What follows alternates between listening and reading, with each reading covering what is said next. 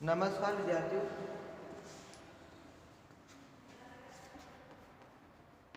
अपनी जो क्लास चल रही थी वो राजनीतिक सिद्धांत, इसमें हम पढ़ रहे थे कि राजनीतिक सिद्धांत को दो भागों में बांटा गया, या ऐसे कह सकते हो राजनीतिक सिद्धांत को दो भागों में बांटा गया, एक पुराना और एक नया। जो राजनीतिक सिद्धांत पुराना था उसको परंपरागत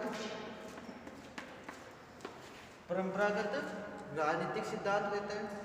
जो वर्तमान में नया है उसको आधुनिक राजनीतिक शास्त्र कहते हैं। अर्थात राजनीतिक सिद्धांत में हमारा परंपरागत राजनीतिक सिद्धांत कंप्लीट हो चुका था। आज हम पढ़ेंगे आधुनिक राजनीतिक सिद्धांत। इसको और भी नामों से जाना जाता है, जैसे प्रत्यक्षवाद, अनुभववाद,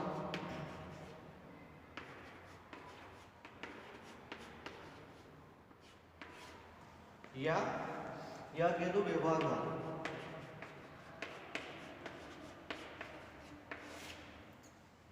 आधुनिक राजनीतिक शास्त्र को और भी नामों से जाना जाता है, प्रत्यक्षवाद, अनुभववाद, व्यवहारवाद। ये इसके ही एक ही नाम है, अन्य नाम है या कह दो उपनाम है। तो आज हमारा टॉपिक रहेगा आधुनिक राजनीतिक शास्त्र। आज हमारा टॉपिक रहेगा आधुनिक राजनीतिक शास्त्र। आधुनिक राजनीतिक शास्त्र में अनुभववाद,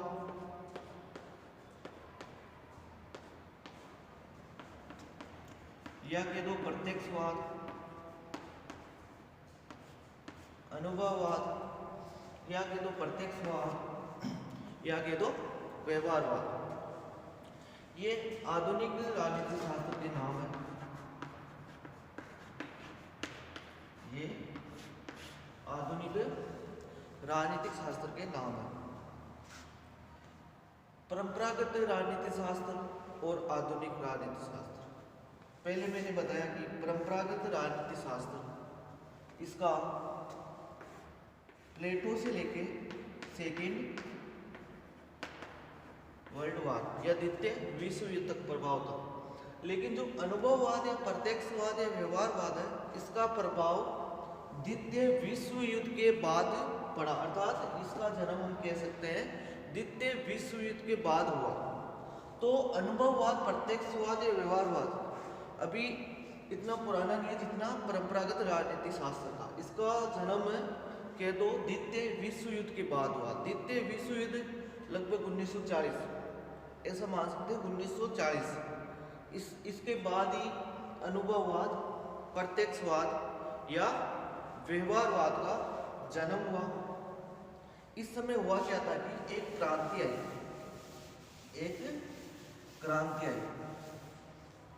इस समय एक क्रांति आई, या कह दो कि ये क्रांति उससे पहले नैतिकता मूल्य पर बल दिया जाता, लेकिन इसमें क्या हो गया, तथ्य और वैज्ञानिकता पर बल दिया जाने लगा। अर्थात ये अनुभववाद, प्रत्यक्षवाद ये कहता है कोई मूल्य, कोई नैतिकता नहीं होती। जिसके पास वैज्ञानिकता है, तकनीक है, वही अभी अनुभववाद या प्रत्यक्षवाद या व्यवहारवाद बन गया। इस आधार पर हम कह सकते हैं कि इसका जन्म द्वितीय विश्व युद्ध के बाद हुआ। द्वितीय विश्व युद्ध में नई नई टेक्निक या नई नई तकनीकी का प्रयोग किया गया।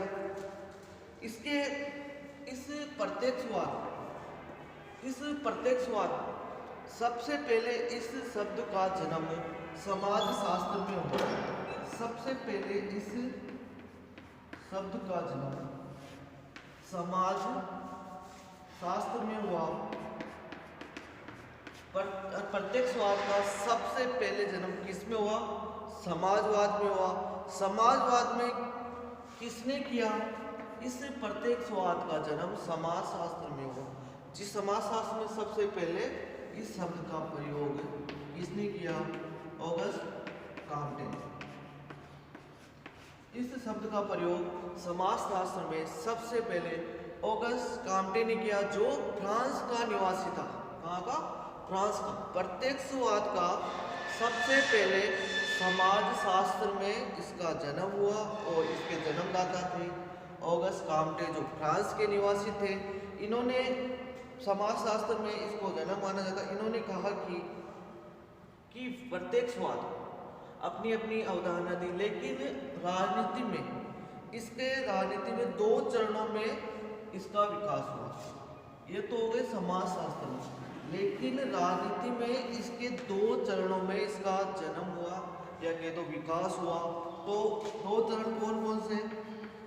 एक व्यवहारवाद और दूसरा उत्तर व्यवहारवाद।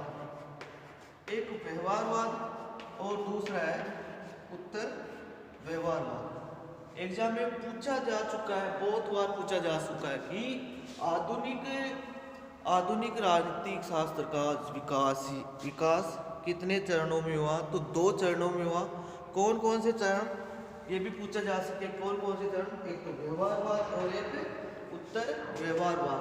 2 चरणों में इसका विकास हुआ, एक तो व्यवहारवाद और दूसरा उत्तर व्यवहारवाद।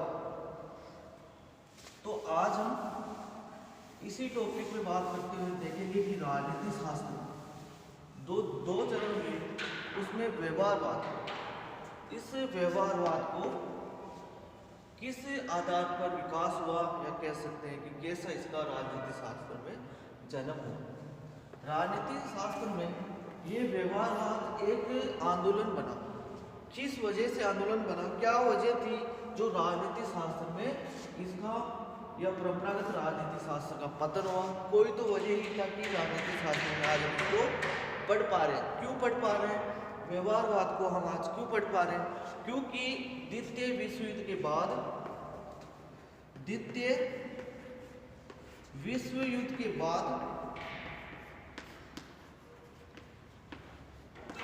जब द्वितीय विश्व युद्ध चल रहा था, इस समय केवल अर्थशास्त्री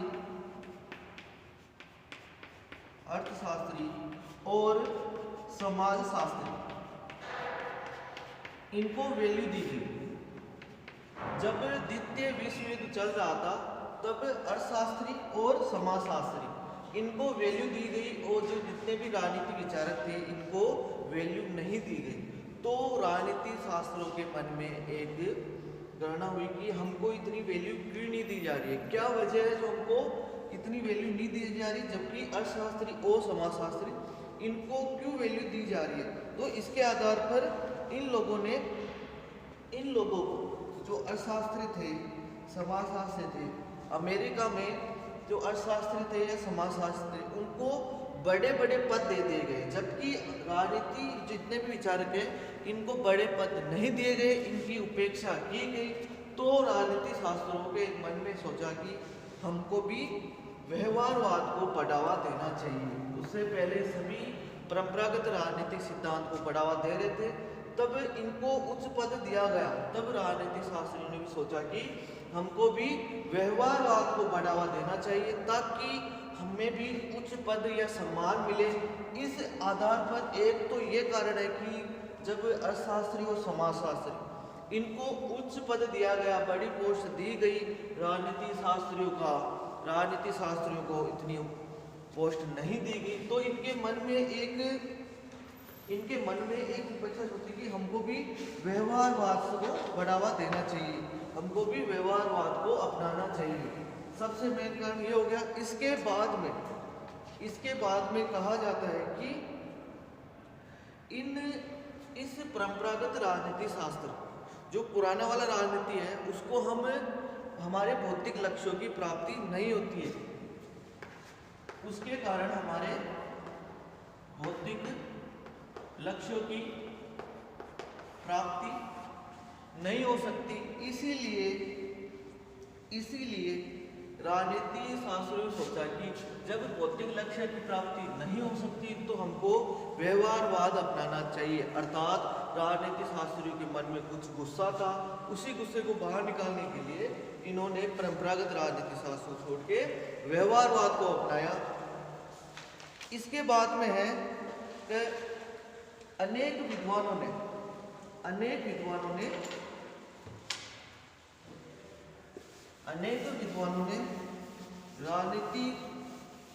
राजनीतिक विद्वानों ने पहले से भी व्यवहारवाद पर काम शुरू कर दिया। इसमें से मुख्य नाम है ग्रामदास साहब, राजनीतिक विचारक है जिन्होंने पहले से काम शुरू कर दिया। ये कुछ नाम है ग्रामवासाल, आर्थर बटले।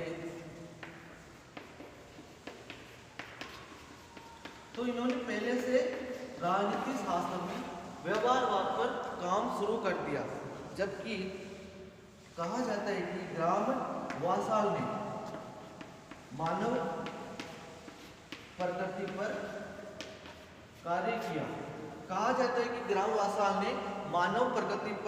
कार्य किया। जबकि आर्थर बेटले ने दबाव समूह पर।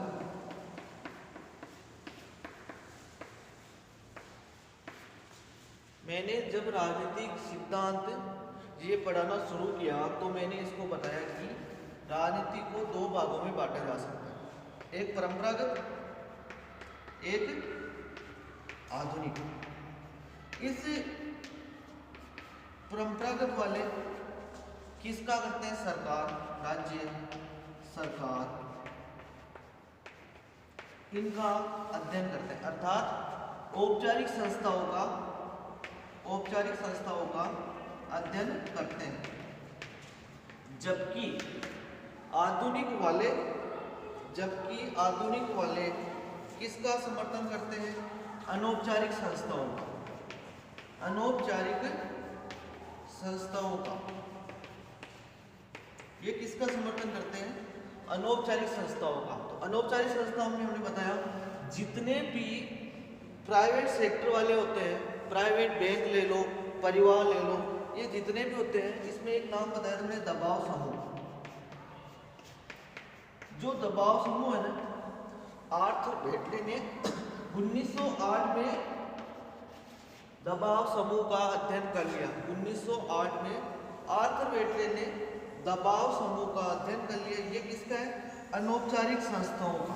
अनौपचारिक संस्थाओं में जितने भी प्राइवेट सेक्टर है, चाहे प्राइवेट बैंक ले लो, प्राइवेट जितने भी कॉलेज ले लो, वो सभी वर्तमान में आधुनिक में आएंगे। जबकि जितने भी गवर्नमेंट के हैं, सरकार के हैं, वो सभी औपचारिक अर्थात परंपरागत राजनीतिक शास्त्र में आएंगे। तो इस आधार पर हम कह सकते हैं कि ये लोग भी, ग्रामवासाल भी, आर्थर बेटले भी द्वितीय विश्व युद्ध से पहले व्यवहारवाद का अध्ययन करने लग गए। तो इस आधार पर हम कह सकते हैं कि व्यवहारवाद का जन्म एक अमेरिका में अर्थशास्त्री और समाजशास्त्री को तो उच्च पद दिया गया, जबकि राजनीतिक शास्त्रियों को उच्च पद नहीं दिया गया। इस वजह से व्यवहारवाद का जन्म हुआ या विकास हुआ। तो ये कब हुआ? द्वितीय विश्व युद्ध के बाद। कब हुआ? द्वितीय विश्व युद्ध के बाद। अब हम पढ़ेंगे कि व्यवहारवाद का विकास करना, इसका विकास कब और कैसे हुआ। 1897 में ग्रामवासाल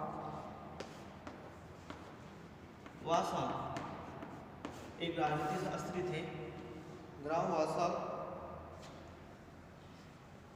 एक राजनीतिक शास्त्री थे। इन्होंने अब एक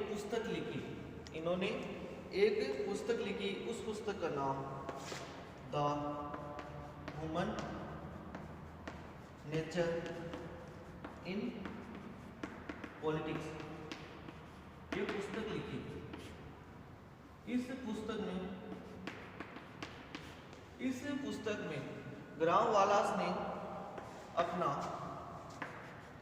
मानव प्रगति के बारे में बताया। हम पढ़ रहे हैं व्यवहारवाद का विकास क्रम। व्यवहारवाद का विकास क्रम।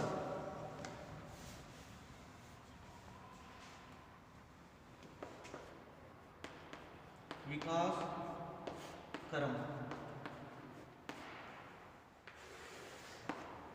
इसमें 1897 में ग्राम वालास ने the human nature in politics पुस्तक लिखी। इसमें मानव प्रगति के बारे में बताया। तो इस आधार पर हम कह सकते हैं कि व्यवहारवाद का विकास 1897 में भी शुरू हो गया था। 1897 में शुरू हो गया था, जबकि माना जाता है कि ये द्वितीय विश्व युद्ध के बाद ही व्यवहारवाद का विकास या जन्म हुआ। इसके बाद में 1908 में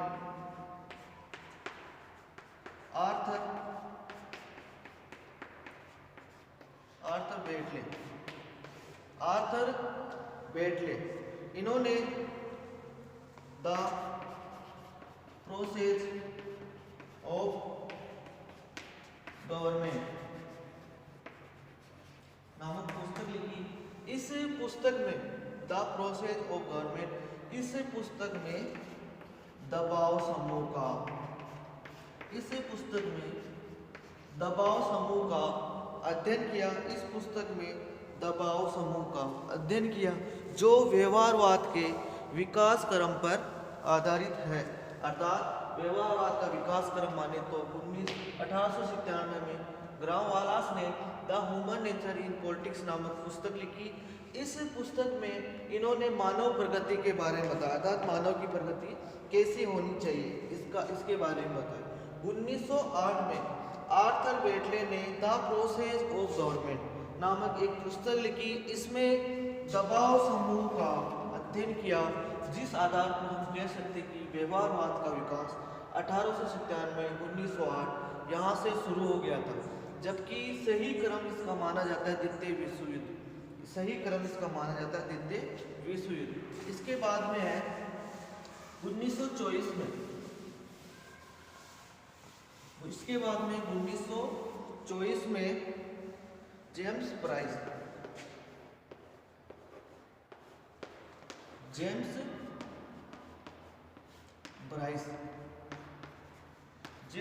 ब्राइस ने modern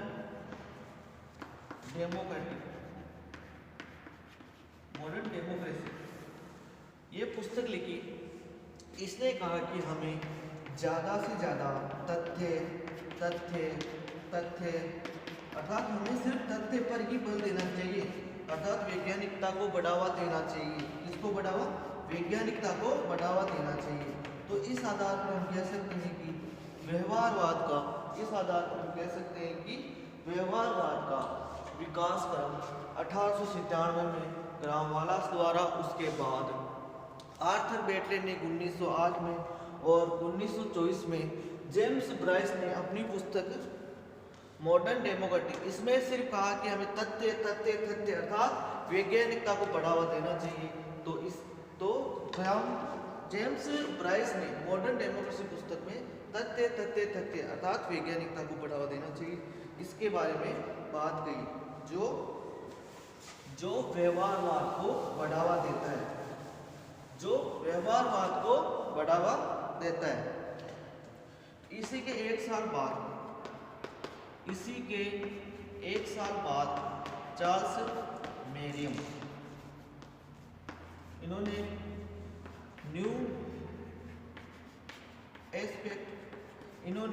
new aspect of political science नामक पुस्तक लिखी। ऑफ पॉलिटिकल साइंस नामक पुस्तक लिखी।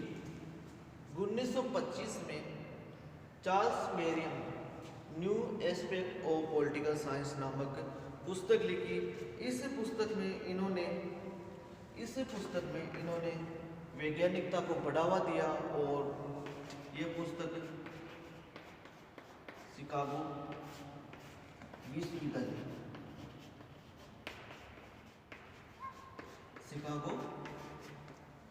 विश्वविद्यालय में लिखी। ये पुस्तक शिकागो विश्वविद्यालय में लिखी और इसी के आधार पर कहा जाता है कि इन्होंने तथ्य वैज्ञानिकता इनको बढ़ावा देने के लिए कार्य किया। इस आधार पर कह सकते हैं कि शिकागो विश्वविद्यालय को इन्होंने व्यवहारवाद का, चार्ल्स मेरियम ने व्यवहारवाद का केंद्र बिंदु माना। शिकागो विश्वविद्यालय में व्यवहारवाद का केंद्र बिंदु, शिकागो विश्वविद्यालय को व्यवहारवाद का केंद्र बिंदु माना। इस आधार पर हम कह सकते हैं कि व्यवहारवाद का बौद्धिक पिता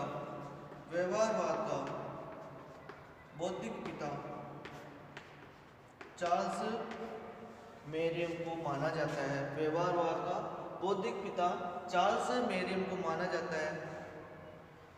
बहुत बार पूछा जा चुका है कि व्यवहारवाद का बौद्धिक पिता चार्ल्स मेरियम को माना जाता है। व्यवहारवाद का बौद्धिक पिता चार्ल्स मेरियम को माना जाता है क्योंकि इन्होंने सबसे पहले व्यवहारवाद का केंद्र बिंदु शिकागो विश्वविद्यालय को माना और इसी आधार पर इनको व्यवहारवाद का बौद्धिक पिता कहा जाता है। किनको कहा जाता है? चार्ल्स मेरियम को व्यवहारवाद का बौद्धिक पिता कहा जाता है। चार्ल्स मेरियम को व्यवहारवाद का बौद्धिक पिता कहा जाता है। चार्ल्स मेरियम को व्यवहारवाद का बौद्धिक पिता कहा जाता है। इसके बाद में है व्यवहारवाद की तीन मूर्ति के दो या त्रिकोण के दो। कौन से तीन आदमी थे या तीन मूर्ति थे जिनको व्यवहारवाद का त्रिकोण कहा गया? कौन कौन से थे? एक तो अभी पढ़ा था चार्ल्स मेरियम, एक रॉबर्ट डहेल। चार्ल्स मेरियम, रॉबर्ट डहेल और डेविड ईस्टन।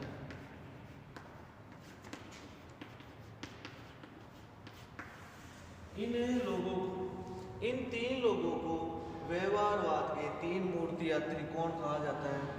एग्जाम में बहुत बार पूछा गया है कि Charles Merriam, Robert Dahl, David Easton, इनको व्यवहारवाद का त्रिकोण या तीन मूर्ति कहा जाता है क्योंकि सबसे ज़्यादा इन तीन लोगों ने मिलकर ही व्यवहारवाद पे काम किया। व्यवहारवाद के विकास में या बढ़ावा देने में या जन्म देने में सबसे ज़्यादा योगदान इन तीन लोगों को है, चार्ल्स मेरियम, रॉबर्ट डहेल और डेविड ईस्टन।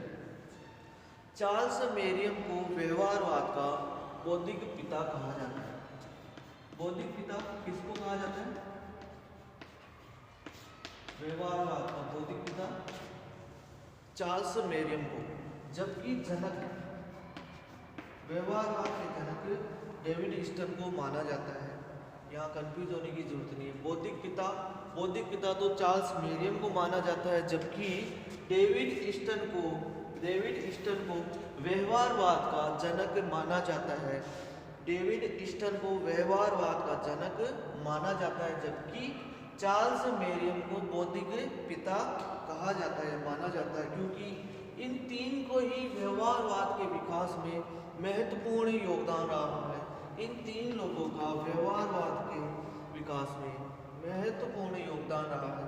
इन तीनों की वजह से व्यवहारवाद का विकास सबसे ज़्यादा हुआ है। चार्ल्स मेरियम को बौद्धिक पिता कहा जाता है। व्यवहारवाद का बौद्धिक पिता चार्ल्स मेरियम को माना जाता है, जबकि व्यवहारवाद के जनक किनको माना जाता है? डेविड ईस्टन को माना जाता है। और इस समय विकास क्रम में जब विकास हो रहा था तो अमेरिका की कुछ कंपनियां हैं, उन कंपनियों ने राजनीति शास्त्रियों को बजट दिया, पैसा दिया कि आपको इतना महत्वपूर्ण नहीं माना जाता, जबकि अर्थशास्त्री और समाजशास्त्री इनको ही इतने उच्च पद दिए गए। लेकिन कुछ कंपनियां हैं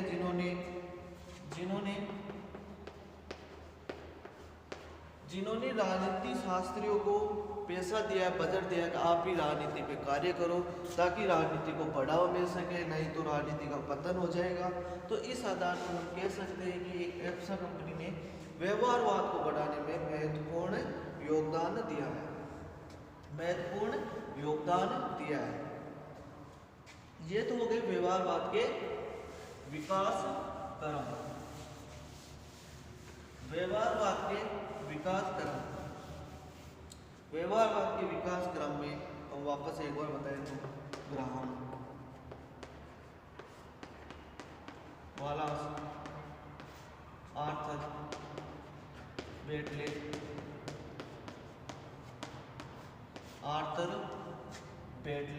चार्ल्स मेरियम, ये कुछ नाम है जिनको आपको याद रखना है। जेम्स ब्राइस, चार्ल्स मेरियम, जो व्यवहारवाद को बढ़ावा देते हैं। Graham Wallas, Arthur Bentley, James Bryce, Charles Merriam और त्रिकोण, तीन मूर्ति कौन कौन सी? चार्ल्स मेरियम, डेविड ईस्टन और रॉबर्ट डेहल।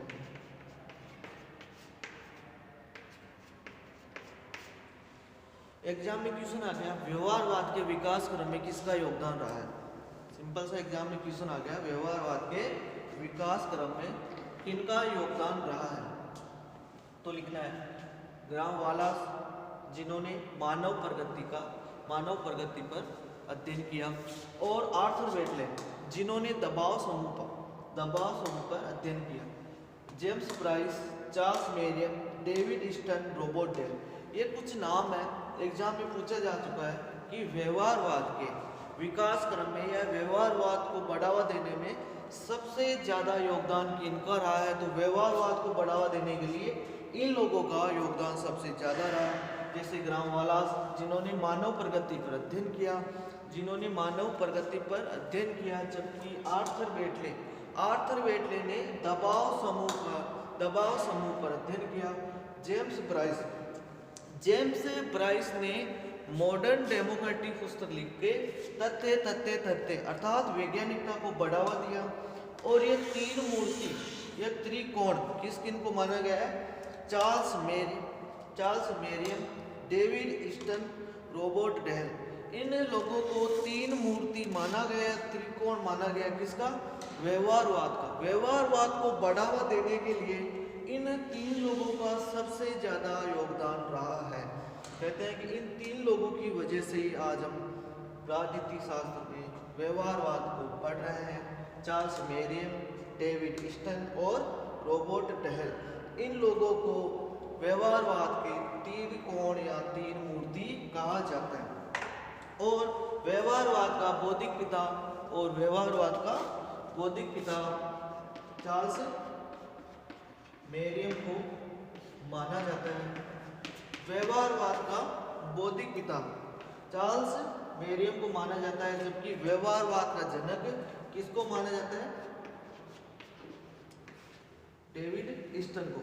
व्यवहारवाद का जनक किसको माना जाता है? डेविड ईस्टन को। जबकि बौद्धिक पिता चार्ल्स मेरियम को। जब 1925 में शिकागो विश्वविद्यालय को व्यवहारवाद का केंद्र बिंदु माना गया, तो चार्ल्स मेरियम ने सबसे पहले व्यवहारवाद के बारे में विचार दिए। इन्हीं विचार के कारण जो दिमाग विचार थे सबसे पहले किसने दिए? चार्ल्स मेरियम ने दिए। तो इसी आधार पर चार्ल्स मेरियम को व्यवहारवाद का बौद्धिक पिता माना जाता है। क्योंकि एक बार फिर बता दूं क्यों माना जाता है, क्योंकि शिकागो विश्वविद्यालय में व्यवहारवाद को केंद्र बिंदु माना। चार्ल्स मेरियम ने शिकागो विश्वविद्यालय को केंद्र बिंदु माना और सबसे पहले जो व्यवहारवाद पर विचार दिया व्यवहारवाद को विचार दिए। इसी कारण व्यवहारवाद का बौद्धिक पिता किसको माना जाता है? चार्ल्स मेरियम।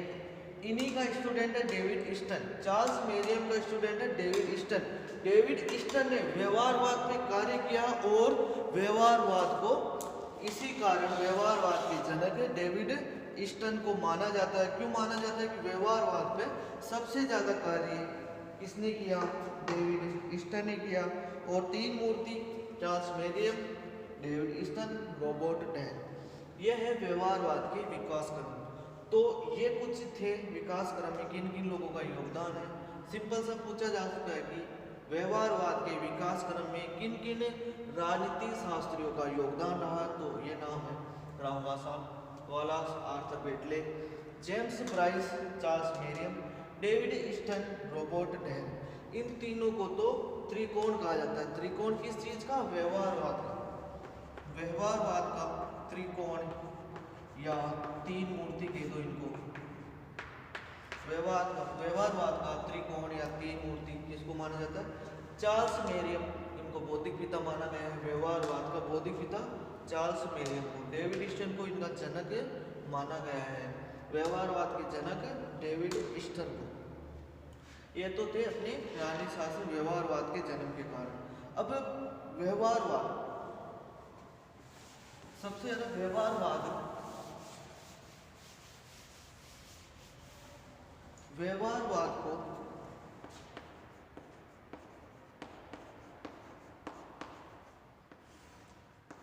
व्यवहारवाद को सबसे पहले, या प्रत्यक्षवाद को सबसे पहले समाजशास्त्र में, किसमें? समाजशास्त्र में अध्ययन किया। किसने किया? ऑगस्ट कॉम्टे ने।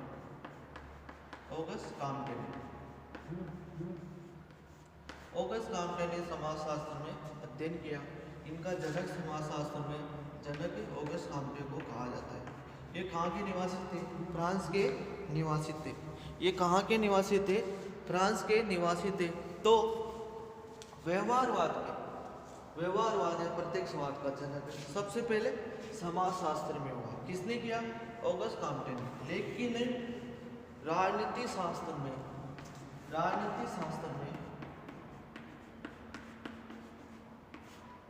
में इसका जनक किसको माना जाता है? व्यवहारवाद के राजनीति में जनक किसको माना जाता है? किसको माना जाता है?